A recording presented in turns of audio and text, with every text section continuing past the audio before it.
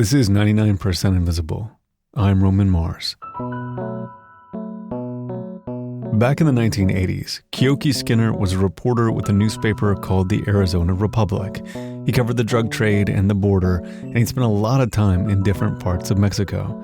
But he was getting tired of traveling and of being a stranger in every place he went. He wanted to actually settle down in Mexico and to make a life. That's when I thought about, well, I'd like to be part of a community in Mexico. If I lived here and knew what was going on here, I could probably file some pretty good stories.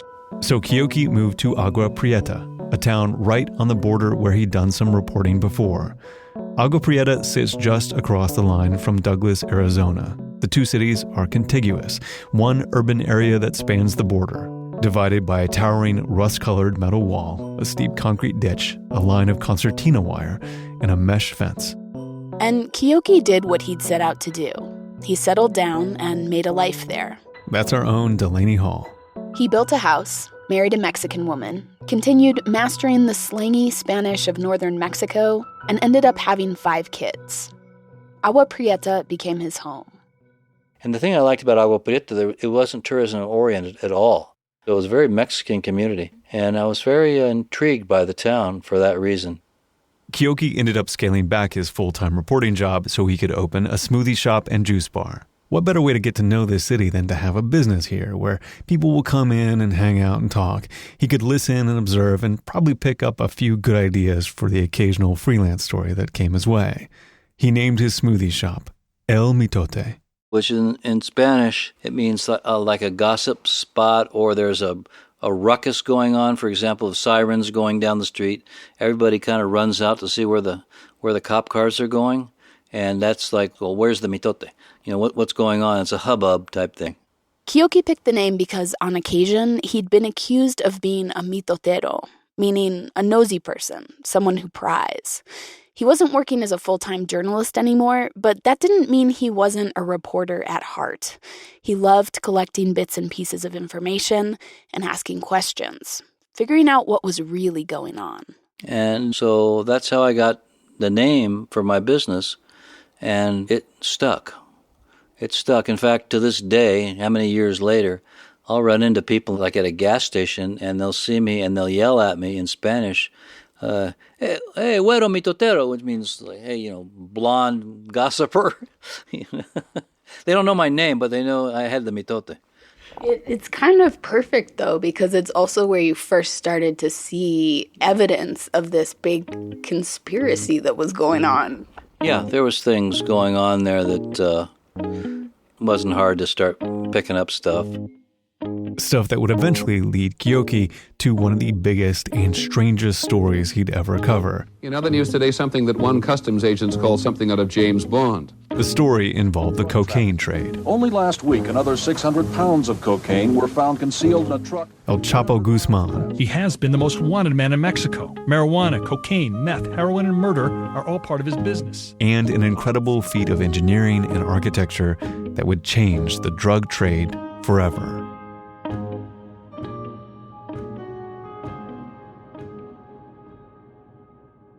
It was 1989 when Keoki first started noticing some new customers in the juice shop. It was guys he hadn't really seen before. They had a certain swagger and attitude, and he says they often had bodyguards with them. Which is not typical for an outing to the juice shop. Keoki described them as Sinaloa cowboy types. So just when you say these Sinaloa cowboys would come in, like, what do they look like? What do they act like? Real high-end cowboy boots, the Levi's, the leather vests, the white hats that they wear, pickup trucks with Sinaloa plates. They all feel like they were kind of above the law. They'd double park out in front of my place, and, you know, they didn't give a damn. Everybody just kind of stayed away from them because they knew what was going on, that these guys were in town for something. Back in the late 80s, the Sinaloa Cartel wasn't quite the sprawling, dominant criminal organization it's become today, but it was headed in that direction. The cartel controlled a lot of the drug trafficking corridor that ran through the Mexican states of Sinaloa and Sonora, then across the border into Arizona and onto big distribution points like Phoenix and Los Angeles. Agua Prieta fell right along that corridor. Keoki suspected that these guys in his juice shop buying their smoothies with $100 bills, were part of the cartel. He began observing them, cautiously, from a distance. But he also wasn't above marketing to their sensibilities. And the big thing we hyped with them was we had drinks that we called AR-15. They loved that one. And then we had an alfalfa drink. We hyped it as being real good for hangovers. So they would come in and drink fresh alfalfa mixed with pineapple or whatever. They bought into my advertising schemes, and that's what they would have. This, Keoki says, is one of the rules of border towns. Even if the theory of trickle-down economics doesn't really hold up in other places, it kind of works here. When you're dealing with border towns and drug trafficking, trickle-down economics is a valid idea because in Mexico, these guys don't hoard the money. It gets spent. On stuff like big houses and fancy cars, not to mention bribes to local cops and politicians, and businesses where the narcos launder their money. In general, Keoki says, drug traffickers tend to be pretty flashy. But there was one new guy that stood apart from the Sinaloa cowboys with their leather vests and high-end boots. This guy dressed more like a businessman. His name was Francisco Rafael Camarena Macias. And one day, he offered Keoki his business card and told him a little about what he was doing in town. Camarena claimed to be a lawyer out of Guadalajara. The story that I got from him when he came into my juice bar at one time was that he was a contractor and he was going to build houses in Agua Prieta. Camarena also told Keoki that he was pursuing some business opportunities just across the border in Agua Prieta's sister city, Douglas, Arizona. And at that point, I didn't know what the score was. I thought he was pretty legit. It wasn't yet clear to Keoki that Camarena was also in the drug trade. And it would take almost a year for that to become apparent to the entire city of Douglas as well. And by then, Camarena had already turned the little town upside down. Douglas is small. About 14,000 people lived here back in 1989 when Camarena first showed up. It doesn't have a whole lot of attractions. One of the main ones is the Gadsden Hotel, which was first built back in the early 1900s when the area was more of a magnet for cattlemen, ranchers, and mining tycoons. It has a grand marble lobby and these gorgeous Tiffany-style stained glass windows. They depict the surrounding Sonoran desert, with its saguaro cactus, ocotillo, and creosote bushes. Today, that desert landscape is heavily surveilled.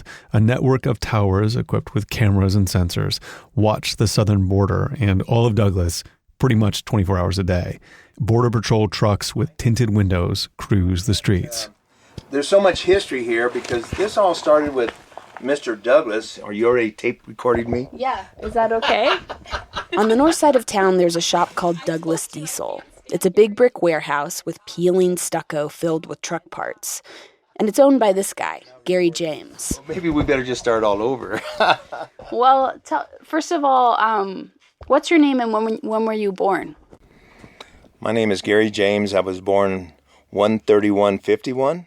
Gary grew up in Douglas and has lived here almost all his life. He helps fix and service the semis and trucks that pass through the port of entry, hauling clothes, electronics, window blinds, and car parts manufactured in Mexico.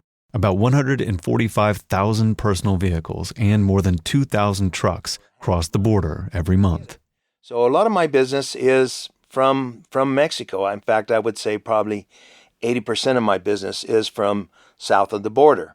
And Gary says that when your customers are people who work in the cross-border trucking business, a certain number of them will have ties to smuggling. When you have a foreign country that butts up to the United States and the drug problem that we have in America, you're going to have these kind of transactions all the time in all kinds of businesses. And so many a times I know people coming into my shop may not be legit 100%.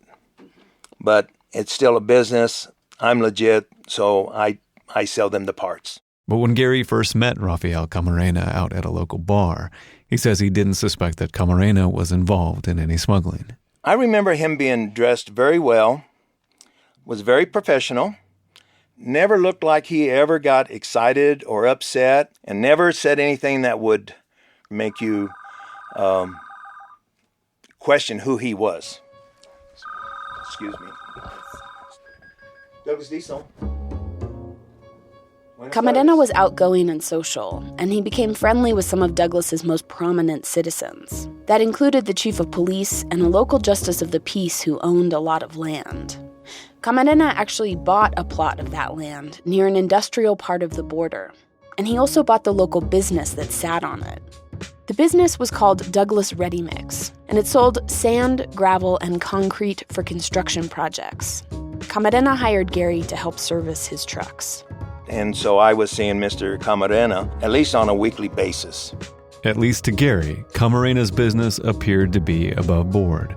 So the Douglas Ready Mix was actually bidding on federal contracts, city contracts, state contracts for all kinds of materials that are needed in road building, bridge building.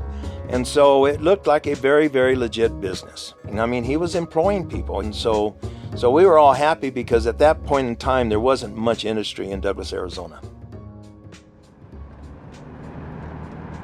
So it's really right downtown. Not far. Real close to where all the DEA and customs people were stationed. It was right under their nose, pretty much. Keoki Skinner is giving me the Douglas tour in his 1973 VW Bug, which has a flapping canvas roof and a bumper sticker on the back that says, "Make America Mexico Again," with a map showing the U.S. territory that used to be part of our southern neighbor. Okay, this is this warehouse right here. Right now, the city has been using it to store some of their buses and their vans that run around Douglas. In front of us is a beige warehouse surrounded by a chain-link fence. Camarena constructed this building for his ready-mix business back in the late 80s. He stored his trucks and equipment and material here. The border fence is about 100 paces away. Mexico is right there. And through the fence, just over the line, we can see another property that used to be Camarena's. It's a ranch-style home in a wealthy neighborhood of Agua Prieta. Camarena built the house on a vacant lot, which he reportedly bought for $90,000 cash. It was a little bit over and above market price, to say the least. It raised some eyebrows. This guy was throwing around a lot of money. And then there was the enormous hole behind the home. Camarena told his neighbors it was going to be a swimming pool. But as time went on, they realized it was starting to fill up with dirt again. And so one day, all of a sudden, the neighbor told me, "You know that big hole that was behind that house? Well, it's all filled in." No pool had materialized, even though there was a lot of construction activity at the house with trucks going in and out and hauling dirt. And at this point, because Douglas and Agua Prieta are both relatively small towns and everyone knows everyone else, rumors were beginning to circulate. Mitotes, as Keoki would call them. People were saying that Camarena wasn't just building a warehouse on the U.S. side and a nice residential home on the Mexico side. He was building some kind of tunnel between them. That dirt that slowly refilled the swimming pool hole, apparently it had been dug out of a passageway that ran under the border. U.S. Customs officials in Douglas and then in Phoenix eventually received a number of tips from informants. They learned that Camarena was using the passageway to smuggle drugs from his home in Agua Prieta across the border to his warehouse in Douglas. But before law enforcement could go into the warehouse to search for the tunnel, they needed to establish that the smuggling was actually happening. So they staked out Camarena's warehouse. Camarena's business was located 1 block away from the U.S. Customs headquarters. This was later chronicled in an episode of Unsolved Mysteries. It was very dramatic. Early 1990, we initiated 24-hour surveillance of the Douglas Ready Mix company. I think we've got something. Agents staked out Camarena's business for over 2 months. Yes, Camarena, all right. Law enforcement eventually followed a flatbed truck that they'd seen leaving Camarena's warehouse, and they trailed it to a property outside of Phoenix, where they conducted a raid. Officers raided a farm where Camarena's truck had been seen. U.S. Customs with a search warrant. Agents seized over a ton of nearly pure cocaine. Here it is. Street value over $100 million. The cocaine had been transported inside a hidden compartment beneath the truck's bed. The raid confirmed that the drugs had come from Camarena's warehouse. In May of 1990, law enforcement raided Camarena's warehouse in Douglas and his home in Agua Prieta. They'd heard there was a tunnel, but they didn't really know exactly what it would be like. The first reaction was like, okay, a tunnel. Is it going to be some little bitty hole, like a gopher hole that these guys are crawling through? This is Terry Kirkpatrick. He worked with the U.S. Customs Service at the time, and he was there the night of the raids. First, agents entered the warehouse on the U.S. side. And in the middle of the floor was probably about a 2-foot by 2-foot grate. Well, that grate just happened to be the shaft leading down into the tunnel. Once they'd found the tunnel entrance in the Douglas warehouse, some of the agents headed over to Agua Prieta, where they were joined by the Mexican Federal Judicial Police. They discovered that Camarena and his family had already fled. His house was empty.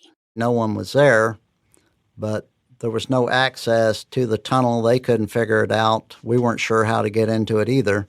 The agents went into what looked like a recreation room with a pool table in it. And when they pulled away the carpet, they could see there was something unusual about the floor.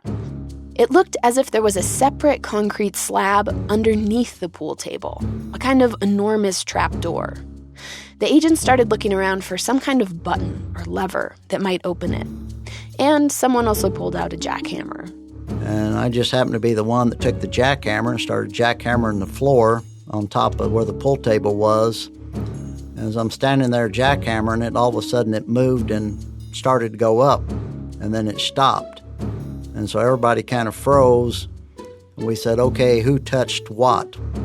Well, it just so happened that one of the policemen outside was trying to get a drink of water out of an outside water spigot. And when he turned that spigot, that's what was a control lever that allowed the pool table to go up. The valve triggered the pool table to rise up to the ceiling on huge hydraulic lifts, like something in a mechanic's garage, revealing a set of stairs underneath which descended into the tunnel, the same one they'd found an entrance to on the Douglas side of the border. The tunnel was located about 30 feet underground. Once agents hit the bottom, there was a passageway. About 270 feet long, 4 feet wide, and 5 feet high. Just tall enough that a person could walk through slightly stooped, pushing a wheeled cart full of bundles of cocaine. The tunnel had concrete walls and a curved concrete roof. There was a ventilation system and rudimentary lighting. So this wasn't just a gopher hole. This was clearly a sophisticated engineering project. Just the complexity to this whole tunnel was something that had been unseen before, unheard of. And no one, I think, in the United States government, especially in law enforcement, realized anything like this ever existed. Well, federal agents on patrol along the Mexico-Arizona border said today that they discovered a major drug smuggling route where they had never looked before. An estimated $2 million worth of construction discovered last night. Concrete, steel reinforcing bars, electric lights. Arizona, 5 feet high, 4 feet wide, the length of a football field. Customs agents say the discovery of the tunnel was pretty much the biggest thing that had happened in Douglas. Everybody was paying attention. I mean, everybody. And we had Congress people come out to Douglas, Arizona, and, America's Most Wanted and Unsolved Mysteries, and we just had a lot of activity here for at least the first year after the tunnel was discovered. It was constant. It was just constant. I'd hear the helicopters, Blackhawks landing all the time. Well, who is it today? John McCain. It was like Grand Central Station in that place. Keoki started reporting in between shifts at the juice shop. Gary kept servicing semis, but was also hired by the federal government to help maintain and secure the warehouse site so law enforcement could come and go. The Customs Service undertook a massive investigation, and people started printing t-shirts and bumper stickers which said, "I saw the tunnel," and selling them to all the visiting politicians and journalists. And everyone, government officials, reporters, law enforcement, ordinary citizens of Douglas, they were all asking the same questions. First, who provided the money to build this tunnel? It was estimated to have cost $1 to $2 million to create. So the project clearly had the financing of a much bigger operation. And the other question was, who had the expertise? Someone with engineering know-how had been involved. Someone who knew how to build a tunnel, undetected, that stretched the length of a football field and ran under the massive border fence and concrete drainage ditch that separated Mexico from the U.S. So right away, everybody was talking like, who invested in this? Who is the kingpin of this operation? And of course, his name started coming up. The name was Joaquin El Chapo Guzman. And eventually, as the investigation progressed, someone else started coming up too. An architect. The arrival of the architect. After this.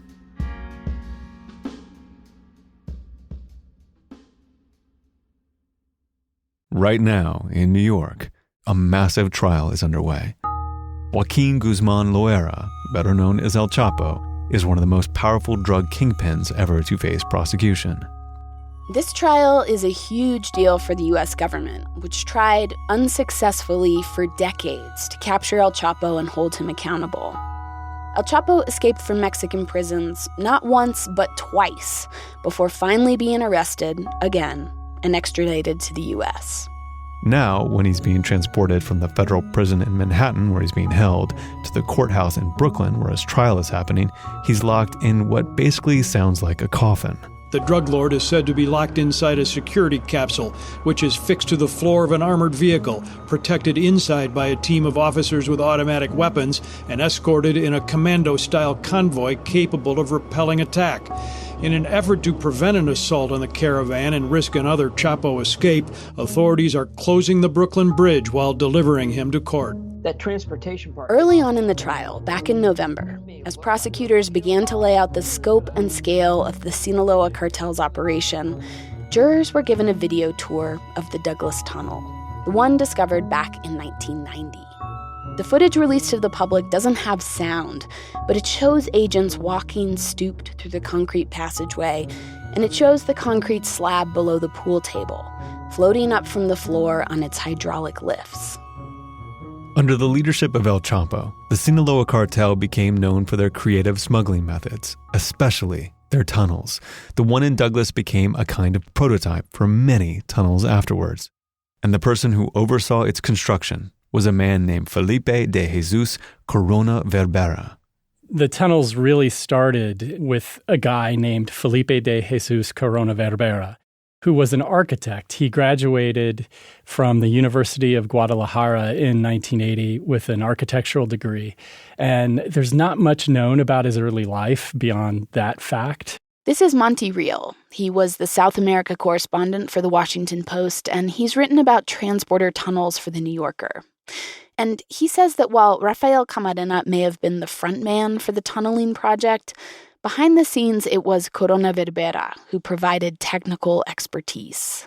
Corona Verbera denies this. We'll get into that a bit more later. But he was convicted of conspiracy and drug smuggling in his own federal trial in 2006.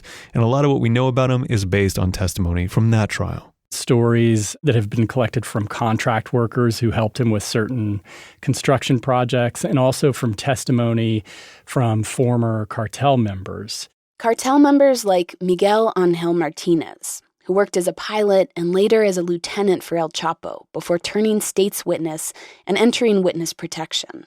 Back in the 1980s and 90s, Martinez helped to manage El Chapo's business. For a time, he coordinated cocaine deliveries from Colombia to Agua Prieta. And when he testified against Corona Verbera, he described him as being the only guy that he ever knew within the Sinaloa Cartel who addressed Chapo with the pronoun tú instead of the more formal and deferential usted. So he was considered a guy who just was very close friends and very familiar with Guzman. But I'm not sure if anybody really has the story of how they met. We may not know that story, but we do know, generally speaking, how some architects come to work for drug traffickers. Basically, it's like in any business community. This is Yohan Grillo, a British journalist based in Mexico City. He's covered the drug trade and the drug war for almost 20 years. Like if you're going to build a house and you say you need an architect, you might ask around, who knows a good architect? and it's a marketplace. And if you have somebody coming up and offering very good money above what you might normally make, it can be an offer that's hard to refuse. And because cartels are such extensive and elaborate operations, they need many kinds of subspecialists. They end up hiring not just architects and engineers, but also accountants, lawyers, IT experts, and even musicians who write ballads about the exaggerated exploits of certain narcos. Many of these people are employed for one-off jobs, like contractors. So you have professional killers who are hired and paid a wage or paid for a hit. You have people who walk over the desert with a backpack full of drugs and are paid normally per backpack they take over. And you have people who are paid to build tunnels. And so they're paid for the job. According to Miguel Angel Martinez, the former cartel member, the architect Corona Verbera worked on a number of building projects for El Chapo before embarking on the Douglas Tunnel. And his first projects were just kind of construction jobs within Mexico that weren't related to tunnels. He had built a couple of residential homes for Guzman, and he had helped design a farm with a zoo where Chapo kept some of his exotic pets. And he designed a grocery store where the Sinaloa Cartel had some offices up in the top floor of it. And all of these projects, whether a farm or a home or a grocery store, had a certain flair. The one thing that all of those projects had in common was that they featured hiding places that were all accessed by these hydraulic systems. There's a playfulness almost to the sort of systems that Corona Verbera designed. He was very creative in kind of developing ways to access these secret passageways that somebody who walked into a house would never really guess. In 1988, Corona Verbera moved from Guadalajara, Mexico, to the Douglas Agua Prieta area with his wife and 3 kids. And in the federal trial, his defense team maintained that it was to work on legitimate projects. They argued that, like a lot of people in the area, Corona Verbera inadvertently got caught up doing business with people who had cartel connections, but that he didn't actually design or build the tunnel. They brought in an expert to testify that the tunnel looked more like the work of a structural engineer and not an architect. The trial transcripts get very detailed and jargony, with references to things like control joints and curing compounds and inlet structures. The defense says corruption in the area was rampant, and it was Corona Verbera's misfortune to be in the wrong place at the wrong time. And there is some evidence that there were other specialists involved with the tunnel. A senior customs agent told me that one of the informants who tipped him off to the tunnel was a Mexican engineer. The engineer claimed he'd been hired by the Sinaloa Cartel to research possible tunnel locations and to create tunnel designs, which were then handed off to Corona Verbera. That detail is hard to fact-check, but it comes from a credible source. Even after being convicted and serving more than a decade in federal prison, Corona Verbera still denies being involved with the tunnel. His attorney told us that he also denies involvement in any previous Chapo Guzman projects. We asked Corona Verbera for an interview, but through a friend, he told us that he's not willing to speak at this time. Despite pleading not guilty, Corona Verbera was seen at key tunnel locations, including both the warehouse on the U.S. side and the residential home on the Agua Prieta side. A number of local contractors and workers reported interacting with him at those construction sites. They described him as somebody that they would talk to all the time, who was always around. And it's funny, a lot of people actually describe him in glowing terms. For instance, there was a contractor who described seeing the plans that Corona Verbera had for the warehouse. And he kind of paused in his testimony. He said they were beautiful plans. So they kind of respected this guy as an architect. He kind of had this air about him that, people looked at him as somebody who knew what he was doing. But there were also a few signs that this wasn't an ordinary construction project. For instance, the drains in the floor of the warehouse. One worker raised questions about their size and the fact that they didn't appear to lead to a clear drainage system. This was because they were actually going to lead into the passageway that connected to the tunnel. And one of the workers said, these drains, they don't there's something not right with them. Where does the water go? He was kind of questioning the design. And Corona Verbera basically said, mind your own business. I'm in charge here. The Sinaloa Cartel had handpicked the Agua Prieta Douglas border as a tunnel site for a few reasons. For one thing, the cartel was already operating there. They had established networks and an established operation, and they'd already been moving drugs across the border, above ground, mostly in vans and trucks, with hidden compartments. And they were able to move about 3 tons per month across the border that way, but Guzman wanted more efficiency. And to understand why El Chapo Guzman wanted more efficiency, we need to take a little side trip to Miami. Back in the early 1980s, most cocaine was coming into the U.S. not from Mexico, but from Colombia. And the Colombian cartels preferred smuggling drugs into the country on boats and small planes through cities in South Florida, like Miami. Miami is the source that supplies 2/3 of America's drug habit. And the drug trade was helping to fuel a surge in crime. And so the Reagan administration started something called the South Florida Task Force to fight it. It looks like a war. Customs agents on assignment, ready for combat. High-speed Cobra helicopters from the Army with marijuana leaves painted on the side, each leaf a successful drug bust. Reagan's goals for the task force were very ambitious. Our goal is to break the power of the mob in America and nothing short of it. We mean to end their profits, imprison their members, and cripple their organizations. But the reality is, the harder we make it for smugglers to get goods across the border, the more money ends up getting pumped into the system. Militarizing our border over many decades hasn't ended illegal trafficking. It's just helped professionalize it. The more you crack down on it, the harder it gets. Yoan Grillo again. The harder it gets, the price goes up. The more the price goes up, the more money is made. The more money is made, the more criminals want to do it. So the criminals then adapt to it and are richer and more powerful organizations. And the Mexican cartels were about to get a lot richer and more powerful, thanks in part to Reagan's strategy of increased enforcement in South Florida. Because when the Colombian cartels saw that they were losing their product in drug busts in Miami, they just looked to a different border and new criminal collaborators. So they turned to Mexico. There was an agreement made where they would pay the Mexicans to take the cocaine from them.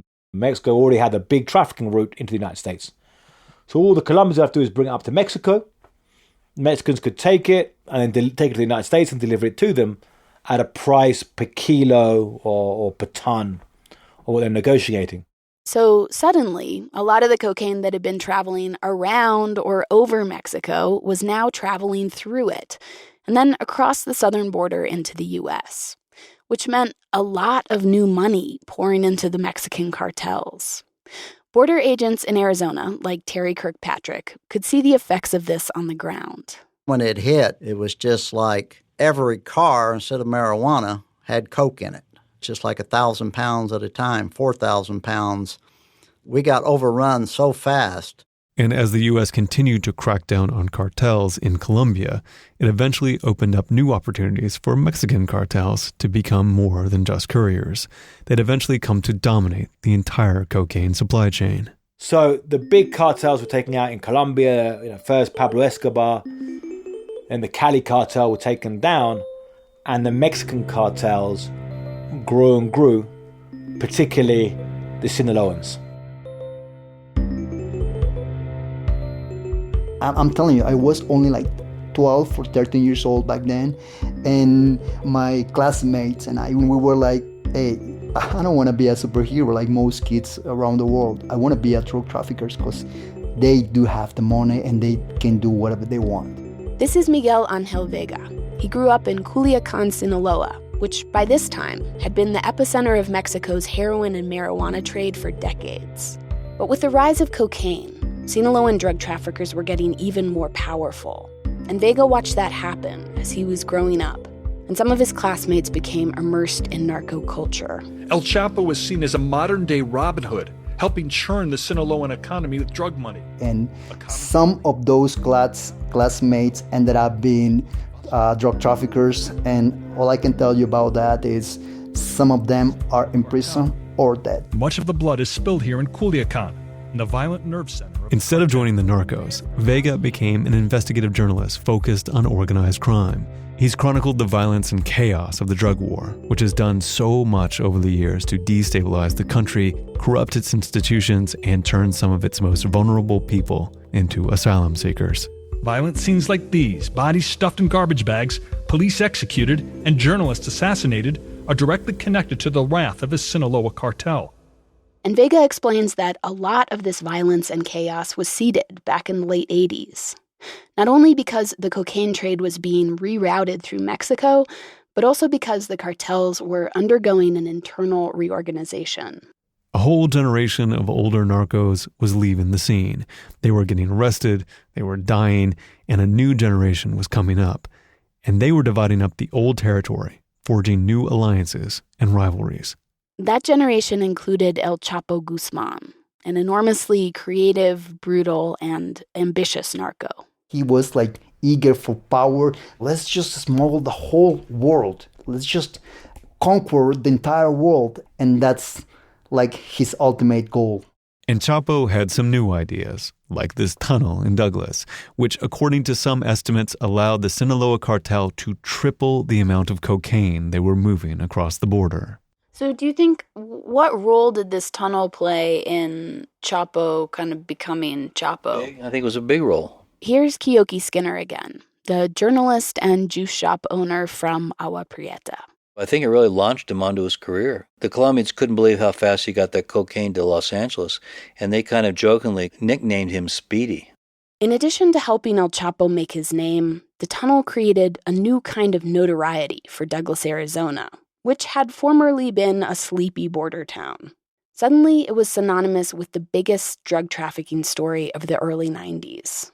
And there were a lot of questions about how a smuggling operation of that magnitude could have happened without at least a few local collaborators. Well, which is dated, June 10th? Would you read just the first couple graphs of that? Sure. The specter of a man who called himself Francisco Rafael Camarena still stalks the homes of the wealthy and the influential here who entertained him in lavish style. In the aftermath of the tunnel's discovery, Keoki got to work. He wrote a series of articles for his old newspaper, the Arizona Republic, chronicling Rafael Camarena's connections to various prominent people, not just in Mexico, but in Douglas. He was always out at the country club and making the right connections, getting to know the right people here before he got this tunnel underway. I mean, it seems like there were a lot of implications in these articles about local officials profiting from this whole scheme. But did anybody in local government ever do any time for this or anything like that? No, nobody on the Douglas side. There were also allegations about how agents from the Customs Service may have colluded in the tunnel scheme. And while, again, no one was ever charged, there was a lot of corruption going on within the agency around this time. Here's Terry Kirkpatrick again. At that time, corruption was so rampant that the U.S. government started a blue ribbon campaign trying to stamp it out, and we were so busy trying to work the corruption in, trying to weed out our own with these inspectors, because they were passing 1,000 pounds in the trunk of a car right through the port of entry. It was just a lawless kind of area back in 1989. A senior agent in the Customs Service told me that the tunnel was probably in operation for at least 6 months. And he said that, quote, everyone would have had to know about the passageway for it to be in regular use for that length of time. After the discovery of the tunnel, El Chapo Guzman came up with new ways of getting drugs across the border, packed in cans of jalapeno peppers or inside coils of insulated wire. Both Francisco Camarena and Felipe Corona Verbera fled to Mexico, and it took a long time to get them back to the United States. Camarena was eventually extradited in 2001, and a couple years later, he pled guilty for his role in the Douglas smuggling conspiracy. He received a sentence of 10 years in federal prison. Corona Verbera was extradited in 2003 and tried in 2006. He was released from federal prison in September 2018. But that wasn't the end of the tunnels. The Douglas Tunnel was like a prototype. Even though it was eventually discovered, it was so efficient and effective during the time it was in operation that it paid for itself many times over. It was a successful experiment that proved the viability of underground smuggling. And so, the tunnels after this one, they almost became a nightmare. And it was one tunnel after another tunnel after another tunnel. Tunnel from San Diego to Tijuana they found is so sophisticated it's being called a super tunnel. The tunnel is over a quarter of a mile long and nearly 70 feet underground, part of it through solid limestone. There's even a phone system. The phones still work. Authorities say without specific information about where the tunnels are located, or just plain luck, they're virtually impossible to find. Ron Claiborne, ABC News, on the U.S.-Mexico border. Most tunnels show up along the Arizona and California borders, in places where the ground is soft enough for digging, but not so soft it will cave in. Some of the tunnels are pretty rudimentary, but some, like the Douglas Tunnel, are highly engineered and sophisticated projects with elevators and rail cars. A tunnel discovered in Baja, Mexico late last year included solar panels to power its ventilation and lighting systems. Most illegal drugs actually come into the country through legal ports of entry. That fact and tunnels are two reasons why Trump's proposed border wall probably wouldn't do much to stop drug trafficking. But the U.S. government still sees tunnels as enough of a problem that they've started tunnel task force groups along the border. The groups exist solely to monitor, investigate, and prevent tunneling. But tunnels are notoriously difficult to detect, and they keep showing up. When I was in Douglas, I tried to get into the old tunnel, which has been kept open for occasional training sessions by the Border Patrol. Keoki Skinner worked his connections and got us into the warehouse where the entrance is. But the tunnel is dank and unmaintained, and I was 7 months pregnant at the time of the visit. A city worker took one look at me, probably imagined me trying to clamber down the rusty ladder in the dark, and then wouldn't let us in after all. But if we couldn't see the architecture of the drug tunnel, then at least we could see the architecture the drug trade has helped to build across the border. So you see, it was a pretty nice neighborhood. Once again, we're driving around in Keoki's rattling little VW Bug. We're exploring the part of town where Agua Prieta's business people tend to live. It's the neighborhood where Camarena's ranch home with the hydraulic pool table still sits, although that's now been converted into a community center. And Keoki points out a house on the corner. It's a nice place with a wrought iron fence. The house is made of brick. This is clean money. This is cattle money. This guy's been a cattle guy, rancher for years. Because Keoki has lived here for decades, he's picked up a lot of information about how people make their money. As we go around the corner... Look at this place up on the right. Look at the columns on that place. Wow. Typical, my goodness. Typical drug money. Goes over the limit, doesn't it? The house takes up the entire block. It has enormous white Greco-Roman columns, and a chandelier dangles over its soaring entryway. Keoki says a local narco lives here. It's one of many extravagant narco mansions in the area. Keoki now leads local tours of these places, bringing tourists and snowbirds from Arizona and other parts of the Southwest down to gawk. I said, I'm going to show you what bad habits in the United States has built for us down here.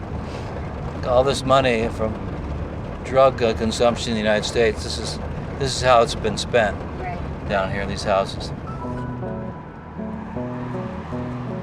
And not just these houses.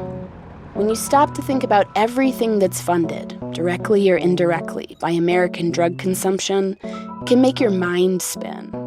The money finds its way to the people who drive, trek, or fly the drugs across Mexico, to the hitmen who battle over cartel territory, to the architects and engineers who build the tunnels for smuggling and the mansions for the kingpins, and to the bribes that pay off cops, politicians, and Border Patrol agents so that they'll turn their heads and look the other way as this vast and complex system grinds along. And of course, the money also trickles down into the rest of the economy, to the grocery stores and the clothing shops and the gas stations, even to the local juice shop that sells the narcos, their AR-15 smoothies.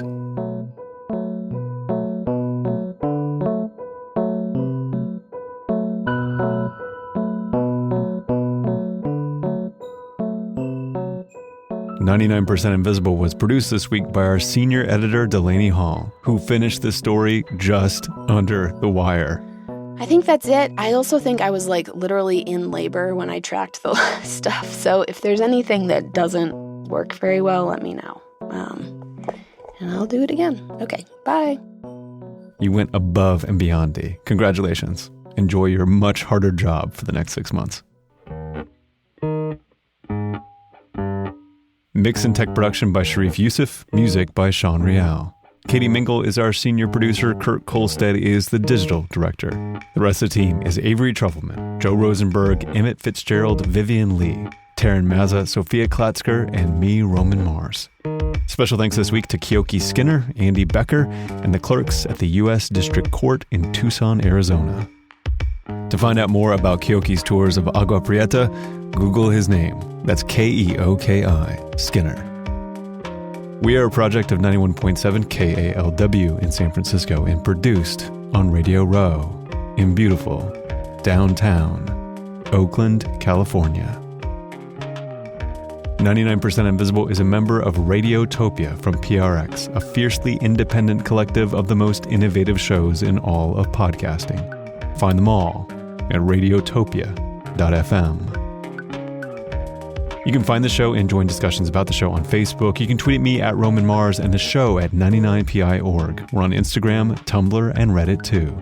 But our borders are wide open 24/7 at 99pi.org.